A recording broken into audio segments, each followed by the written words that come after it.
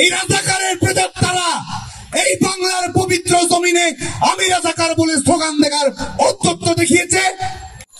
মৌলবাদের বিরুদ্ধে দীপ্ত কণ্ঠস্বর বাংলাদেশ ছাত্রলীগের পক্ষ থেকে মহান মুক্তিযুদ্ধের চেতনাকে কটাক্ষ করা, রাজাকারদের পক্ষে সাফাই গাওয়ানোর বিরুদ্ধে মাননীয় প্রধানমন্ত্রী বঙ্গবন্ধু কন্যা দেশরত্ন শেখ হাসিনার বক্তব্য বিকৃত করে প্রচার করার প্রতিবাদে গত 24 ঘন্টায় ছাত্রলীগের কয়েক শতাধিক নেতাকর্মীর উপর আক্রমণ করার প্রতিবাদে বাংলাদেশ ছাত্রলীগের আজকের এই প্রতিবাদী অবস্থান এবং কর্মসূচি।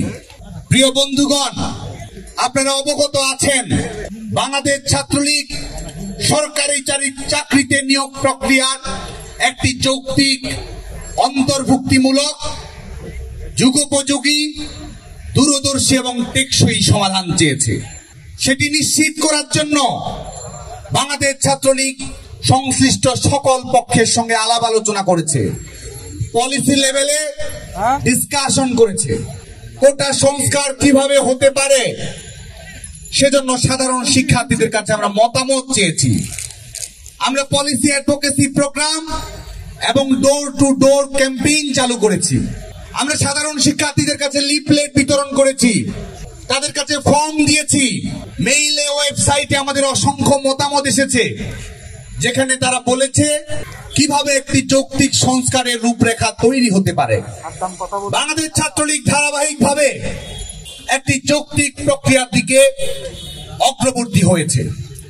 বিপরীতে আজকে বাংলাদেশে কোন রাজনীতি কায়েম করার চেষ্টা করা হচ্ছে? আজকে এখানে যারা আছেন শুধু তারা নয়, যারা সাধারণ আন্দোলনকারী, যারা প্রফেশনাল আন্দোলনকারী বাংলাদেশের বিভিন্ন শিক্ষা প্রতিষ্ঠানে পড়ছেন, তাদের সবার চোখে চোখ রেখে আমি প্রশ্ন রাখতে চাই। শিক্ষার্থীরা দাবি করেছিল 2018 সালের প্রজ্ঞাপন পুনর্বহাল করতে হবে।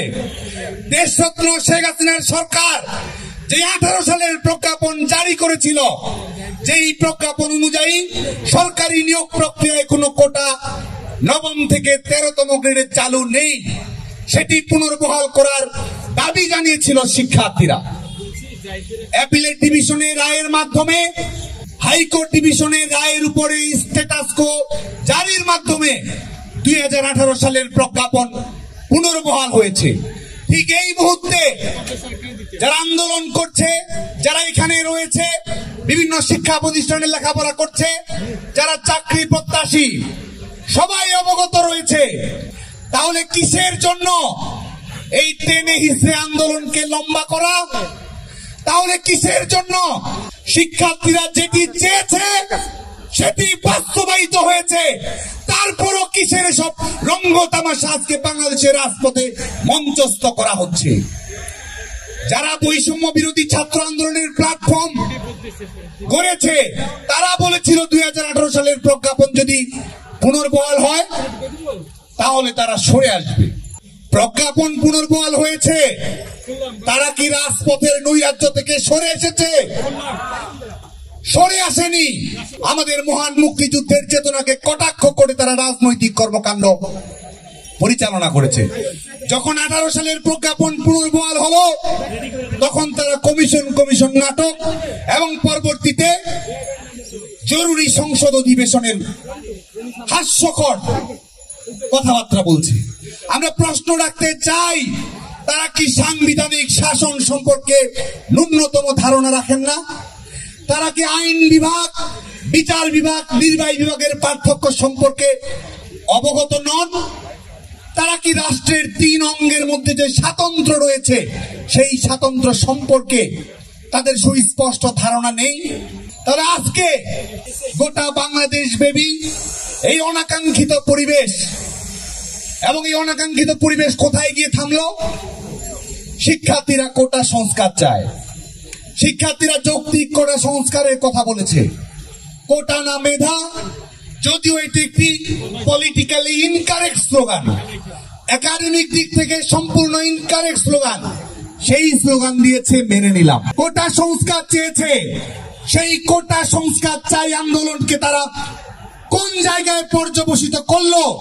যেখানে সাধারণ শিক্ষার্থীদেরকে বিভ্রান্ত করে এই প্রফেশনাল আন্দোলনকারীরা, এই রাজাকারের প্রেতাত্মারা এই বাংলার পবিত্র জমিনে আমি রাজাকার বলে স্লোগান দেওয়ার ঔদ্ধত্য দেখিয়েছে। বাংলাদেশ ছাত্রলীগ তো শুরু থেকে দায়িত্বশীল ভাবে প্রত্যেকটি কর্মকাণ্ড পরিচালনা করেছে। বাংলাদেশ ছাত্রলীগ যেমন শিক্ষার্থীদের দাবির সঙ্গে সুরে সুর মিলিয়ে কোটায় সুর যৌক্তিক সংস্কার চেয়েছে, একই সঙ্গে বাংলাদেশ ছাত্রলীগ গণতান্ত্রিক মূল্যবোধে উজ্জীবিত ছিল। শাহবাগে দিনের পর দিন দায়িত্ব জ্ঞানহীন ভাবে কোনো কারণ ছাড়াই সমাধান হওয়ার পরেও, ফয়সালা হওয়ার পরেও তারা আন্দোলন নাটক মঞ্চস্থ করেছে। বাংলাদেশের কোথাও তো ফুলের টোকাও পড়েনি আন্দোলনকারীদের উপরে। মিছিল করেছে, মধুর ক্যান্টিনে ছাত্রলীগের নেতা কর্মীদেরকে তারা উস্কানি দিয়েছে, হলে হলে সাধারণ শিক্ষার্থীদের কাছে গুজব ছড়িয়েছে, বিভ্রান্তি ছড়িয়েছে, জোর করে পাবলিক শেমিং করে তাদেরকে কর্মসূচিতে আসতে বাধ্য করেছে। এ ধরনের ঘটনাও ঘটেছে। শুধু তাই নয়, গণমাধ্যমের বন্ধুদের কাছে আমরা আহ্বান জানাবো, ছাত্রলীগের নেতা কর্মীদের উপরে সংঘবদ্ধ হয়ে দেশি বিদেশি অস্ত্র শস্ত্র নিয়ে কিভাবে তারা ঝাঁপিয়ে পড়েছে সেটি আপনারা ইতিমধ্যেই লক্ষ্য করেছেন।